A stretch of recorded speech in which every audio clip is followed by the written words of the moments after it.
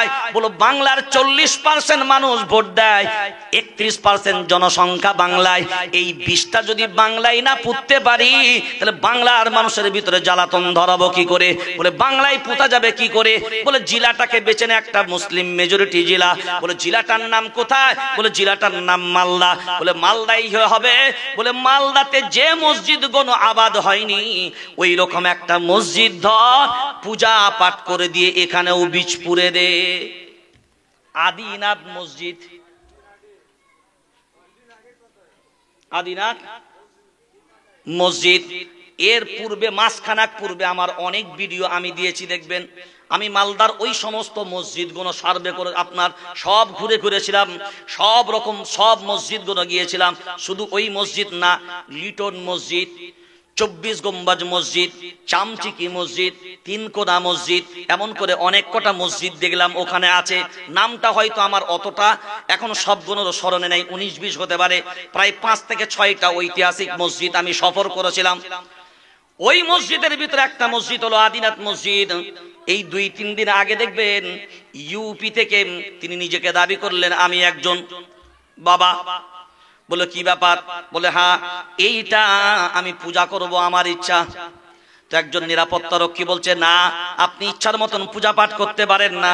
আমি ভাবনা চিন্তা করে দেখলাম, বলে বাবরি মসজিদে যখন জয়ী হয়েছি 1949 সালে মূর্তি ঢুকিয়ে, জ্ঞান ব্যাপীতে যেমন ভোরে আপনার রাত 2টার পরে পূজা পাঠ করে যেমন সফল হয়েছে, তাহলে বাংলার মুসলমানরা নিরাপদে থাকবে।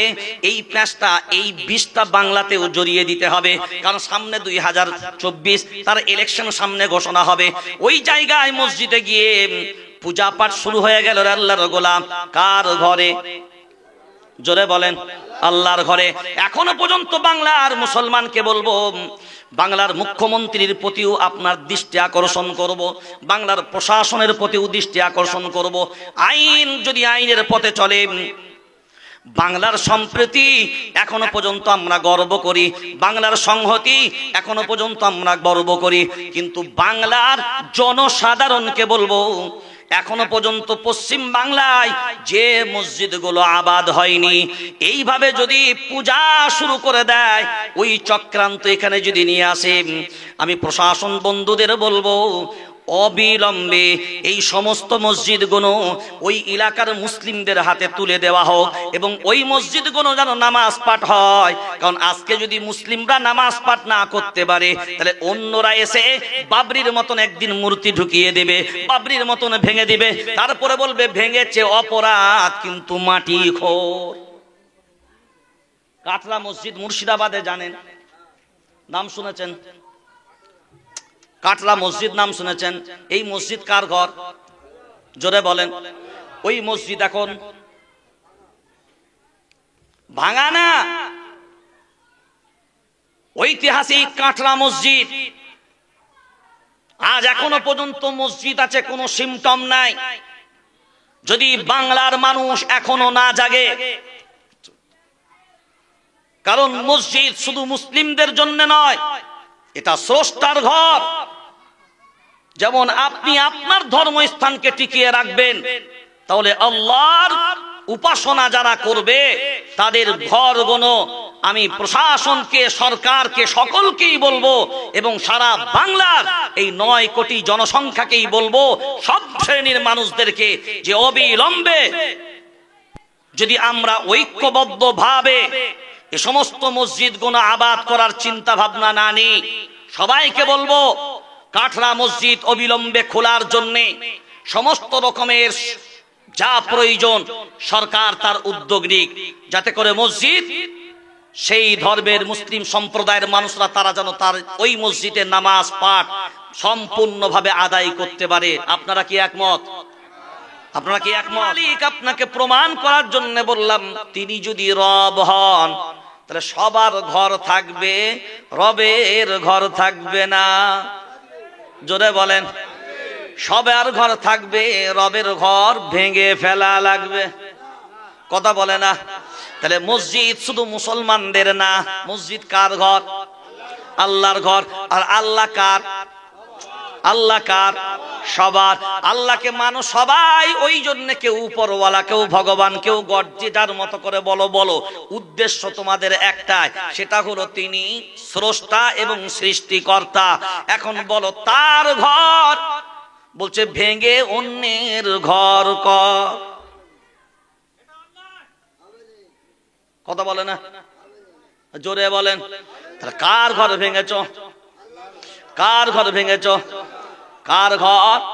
স্রষ্টার ঘর। তাহলে স্রষ্টার ঘর ভেঙেছ যারা, স্রষ্টার ঘর ভাঙলে যারা, এখন বিবেক দিয়ে বলো তারা কারা? মসজিদ তো মুসলমানদের ঘর না, মসজিদ হলো স্রষ্টার ঘর। ওই স্রষ্টার ঘর ভাঙলে যারা, এখন বিবেক দিয়ে ভাবনা চিন্তা করে বলো তোমরা কারা? কারণ বহু হিন্দু মায়েরা, বহু হিন্দু ভাইরা রাস্তার ধারে মসজিদ থাকলে, আগেই বলেছি আমি, প্রণাম করে করে যায়। কিসের জন্য যায়? এটা হলো ভগবানের ঘর, এটা হলো স্রষ্টার ঘর, এটা হলো মসজিদ, এটা হলো ধর্মস্থান, এখানে ধর্ম পালন করা হয়। তাদের অগাধ বিশ্বাস হিন্দু মায়েদের, এখানে নামাজ পড়ে যারা, তাদের থুতু গুলো পবিত্র হয়, তাদের ফু গুলো, কথা বলে না, ফু গুলো পবিত্র হয়।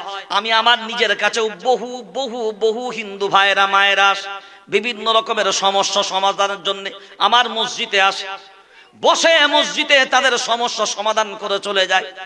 এখন বিবেক দিয়ে ভাবনা চিন্তা করে বলেন, শ্রদ্ধা সবাই করে, এখন সৃষ্টি যার, আইন চলবে, তাহলে আইন চলবে তার, আর মসজিদ ভাঙবে তার।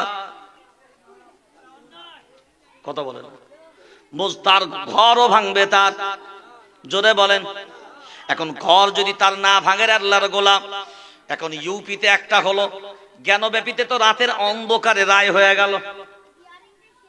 আপনারা সবাই জানেন বাবরি মসজিদ যিনি ভেঙেছিলেন, যারা ভেঙেছিল, ওই ভাঙানাকারীদের ভিতরে একজনের নাম ছিল বলবীর সিং।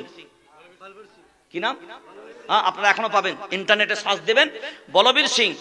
আনন্দবাজার পত্রিকা ও একটা নিউজ ফার্স্ট পেজে করেছিল, পুরো পেজটা অর্ধেক।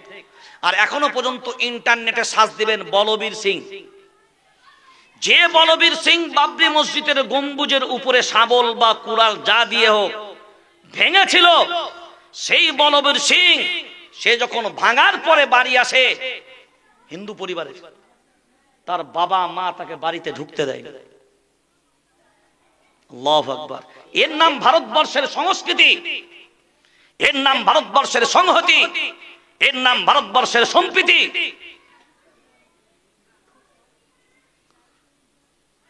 আমরা হিন্দু ভাইদের অধিকাংশ মিষ্টির দোকান কারা করে? হিন্দু ভাইরা করে অধিকাংশ মিষ্টির দোকান। মুসলিমদের খুব আলেকালে একটা দুটো পাবেন। এখন বলেন, মিষ্টির প্রয়োজন মুসলিম, হিন্দু, খ্রিস্টান, জৈন, বুদ্ধ সবার হয় না? হয় না? আচ্ছা, আমরা কোনোদিন দেখি যে না এই দোকানে মিষ্টি নেবো না, এটা, কথা বলেন না কেন? ভাবি কোনোদিন? আর কোন হিন্দু ভাই ও দোকানদার কোনোদিন ভাবে না আমি একটা মুসলিমকে মিষ্টি দেবো না? এর নাম হলো ভারতবর্ষের সংস্কৃতি, এর নামই ভারতবর্ষের সংস্কৃতি, এর নাম হলো ভারতবর্ষের সংহতি, এর নাম হলো ভারতবর্ষের সম্প্রীতি। কিন্তু বর্তমান এই সিচুয়েশনে, বর্তমান এই সময়ে এক শ্রেণীর মানুষ এই ভালোবাসাটাতে পানি ঢালছে।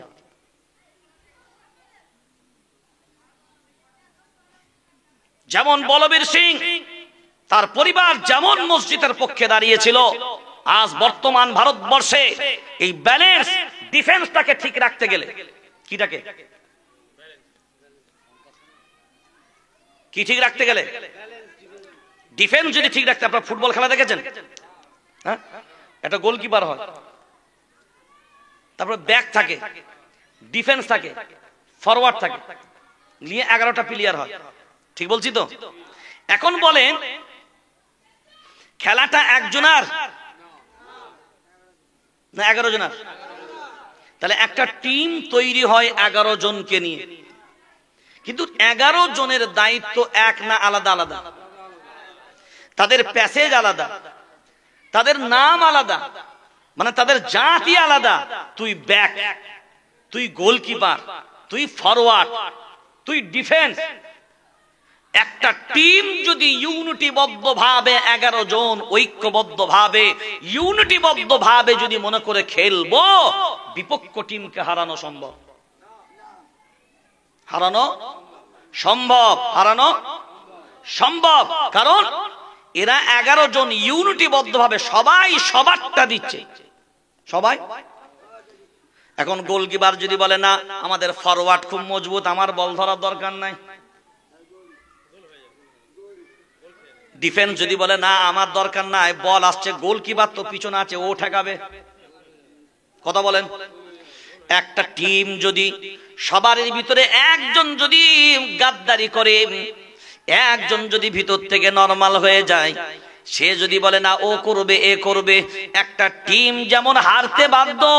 একটা গণতান্ত্রিক ধর্মনিরপেক্ষ রাষ্ট্রে কেউ যদি বলে না একটা জাতি উন্নত হবে, এক শ্রেণীর মানুষ আগিয়ে যাবে, আপনারা এই শ্রেণীর মানুষগুলো এদেরকে আগানো যাবে না, এদেরকে পিছিয়ে দিতে হবে, শুনে রেখে দাও ওই দেশটা অচিরেই তলানিতে যাবে। বাংলাদেশে অর্থনৈতিক পরিকাঠামো এমন জায়গায় দাঁড়িয়েছে, ইন্ডিয়ার থেকে এখন অনেক উন্নত। লাল কিল্লা নাই, কালো কিল্লা। কি কিল্লা? হ্যাঁ, কালো কিল্লা। কারণ লাল কিল্লা দেশের জন্য নাই, লাল কিল্লাও বিক্রি, লাল কিল্লাও বিক্রি। এখন ভারতবর্ষের যে সন্তানটা মায়ের পেট থেকে জন্মায়, ওই সন্তানটার ঘাড়েতেও ঋণের বোঝা চেপে যায়। দেশের প্রধানমন্ত্রী বলল না আমি শ্রীরামকে নিয়ে আসব, আমি এত বড় প্রধানমন্ত্রী, আমি শ্রীরামকে আনতে পারি, আমার পাওয়ার এত বেশি। হাই রে আফসোস, 500 বছর পরে শ্রীরামকে প্রধানমন্ত্রী বলল আমি এনে দিলাম, ছবি দেখা গেল শ্রীরামের থেকে প্রধানমন্ত্রী ছবি বেশি। এখন বিবেক দিয়ে ভাবনা চিন্তা করে বলেন, লঙ্কা কাণ্ড যেটা ঘটেছিল, রাবণকে উচ্ছেদ যেটা করেছিল, ওটা কি সীতা মায়ের জন্য না নিজের জন্য? কথা বলে না, জোরে বলেন। তো রামকে যখন 500 বছর পরে শ্রীরামকে নিয়ে আসলে, মা সীতা কোথায় গেল? কথা বলে না। এই জন্যই না বুঝা লাগবে আল্লাহর গোলাম, তালাক নিয়ে বিল পাস করেছে, একসাথে 3 তালাক দেওয়া যাবে না, দিলে 2 বছর জেল। আপনারা জানেন এটা সরাসরি কোরআনের বিরুদ্ধে রায়, সরাসরি। হ্যাঁ, আত-তালাকু মাররাতান ফাইমসাকুম বিমা'রুফিন আও তাসরিহুম বিইহসান, এখান থেকে তালাকের বর্ণনা গোনা আছে। এই রায়টা দিয়ে দিল সহজ। এখন বিবেক দিয়ে ভাবনা চিন্তা করে দেখেন, কারণ দেশের যিনি প্রধানমন্ত্রী ওনারও বিবাহ হয়েছিল না হয় নাই, কিন্তু স্ত্রী কোথায়?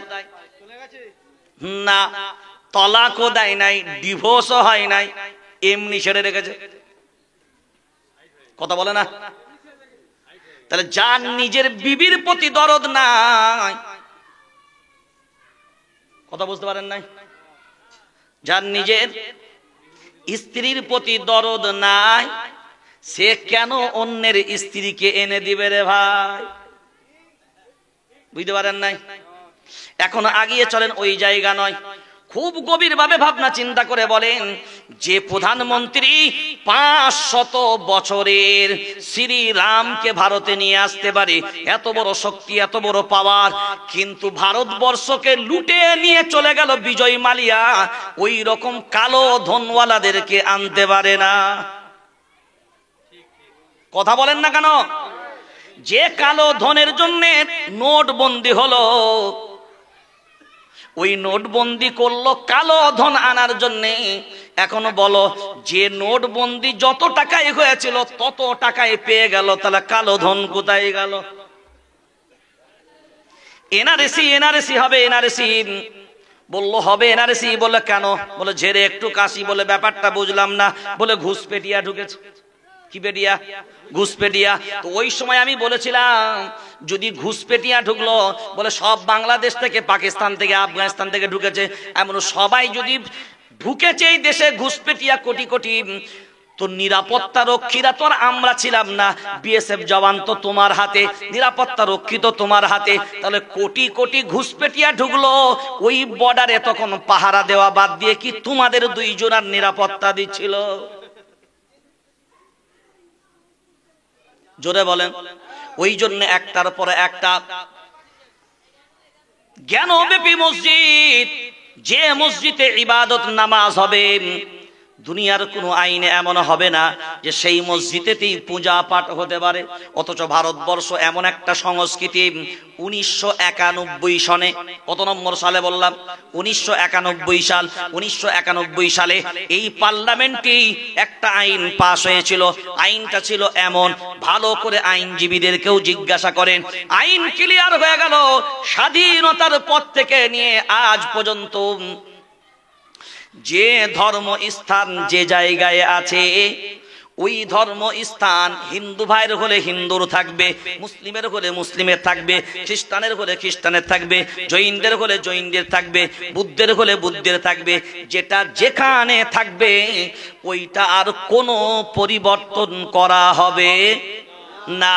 তাহলে 1991 সালে এই পার্লামেন্টে ক্ষমতায় ছিল যারা, এই আইন পাস করেছিল তারা, আর আজকে 2024-এ যে বলো না না 2091 মানা যাবে না, জ্ঞানব্যাপী আমার, ওইটা আমার, মথুরা আমার, আজমির আমার, তাজমহল আমার। ওরে আল্লাহর গোলাম, এবার বাইরে বাইরে বাইরে বাইরে লড়াই। বলো বাংলার 40% মানুষ ভোট দেয়, 31% জনসংখ্যা বাংলায়। এই 20টা যদি বাংলায় না পুঁততে পারি, তাহলে বাংলার মানুষের ভিতরে জ্বালাতন ধরাবো কি করে? বলে বাংলায় পুঁতা যাবে কি করে? বলে জিলাটাকে বেছে নে, একটা মুসলিম মেজরিটি জেলা। বলে জিলাটার নাম কোথায়? বলে জিলাটার নাম মালদা। বলে মালদাই হবে। বলে মালদাতে যে মসজিদ গুলো আবাদ হয়নি, ওই রকম একটা মসজিদ ধর পূজা পাঠ করে দিয়ে এখানেও বীজ পুরে দে। আদিনাথ মসজিদ, আদিনাথ মসজিদ এর পূর্বে, মাসখানাক পূর্বে আমার অনেক ভিডিও আমি দিয়েছি, দেখবেন। আমি মালদার ওই সমস্ত মসজিদগুলো সার্ভে করে আপনার সব ঘুরে ঘুরেছিলাম, সব রকম সব মসজিদগুলো গিয়েছিলাম। শুধু ওই মসজিদ না, লিটন মসজিদ, 24 গম্বাজ মসজিদ, চামচিকি মসজিদ, তিনকোনা মসজিদ, এমন করে অনেক কটা মসজিদ দেখলাম ওখানে আছে। নামটা হয়তো আমার অতটা এখন সবগুলোর স্মরণে নেই, 19-20 হতে পারে। প্রায় 5 থেকে 6টা ঐতিহাসিক মসজিদ আমি সফর করেছিলাম। ওই মসজিদের ভিতরে একটা মসজিদ হলো আদিনাথ মসজিদ। এই 2-3 দিন আগে দেখবেন ইউপি থেকে তিনি নিজেকে দাবি করলেন আমি একজন বাবা। বলে কি ব্যাপার? বলে হ্যাঁ, এইটা আমি পূজা করব, আমার ইচ্ছা। তো একজন নিরাপত্তা রক্ষী বলছে না, আপনি ইচ্ছার মতন পূজা পাঠ করতে পারেন না।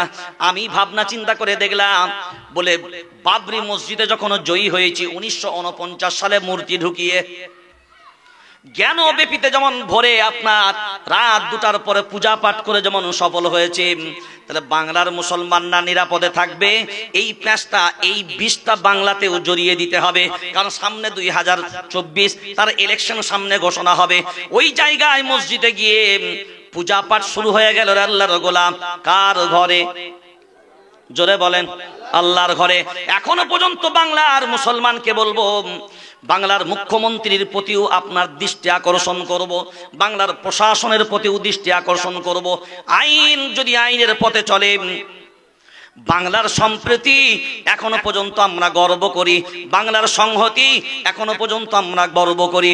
কিন্তু বাংলার জনসাধারণকে বলবো, এখনো পর্যন্ত পশ্চিম বাংলায় যে মসজিদগুলো আবাদ হয়নি, এইভাবে যদি পূজা শুরু করে দেয়, ওই চক্রান্ত এখানে যদি নিয়ে আসে, আমি প্রশাসন বন্ধুদের বলবো অবিলম্বে এই সমস্ত মসজিদগুলো ওই এলাকার মুসলিমদের হাতে তুলে দেওয়া হোক, এবং ওই মসজিদগুলো যেন নামাজ পাঠ হয়। কারণ আজকে যদি মুসলিমরা নামাজ পাঠ না করতে পারে, তাহলে অন্যরা এসে বাবরির মতন একদিন মূর্তি ঢুকিয়ে দেবে, বাবরির মতন ভেঙে দিবে, তারপরে বলবে ভেঙেছে অপরাধ কিন্তু মাটি খোর। কাটরা মসজিদ মুর্শিদাবাদে, জানেন, নাম শুনেছেন? কাটরা মসজিদ নাম শুনেছেন? এই মসজিদ কার ঘর? জোরে বলেন। ওই মসজিদ এখন ভাঙা না, ঐতিহাসিক কাটরা মসজিদ, আজ এখনো পর্যন্ত মসজিদ আছে, কোনো সিমটম নাই। যদি বাংলার মানুষ এখনো না জাগে,